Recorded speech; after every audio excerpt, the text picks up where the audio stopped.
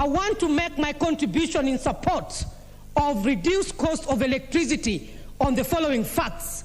1, in terms of security. 2, in terms of education. 3, in terms of human resource. 4, in terms of the local person, the Jua Kali artisan, the economic enterprises that we have. For instance, where I come from, Ngong, Rongai and Kisera. Mr. Speaker, a lot of people depend on power to do their barbershop, their salon. Businesses are falling down because of continuous maintenance every week, every day.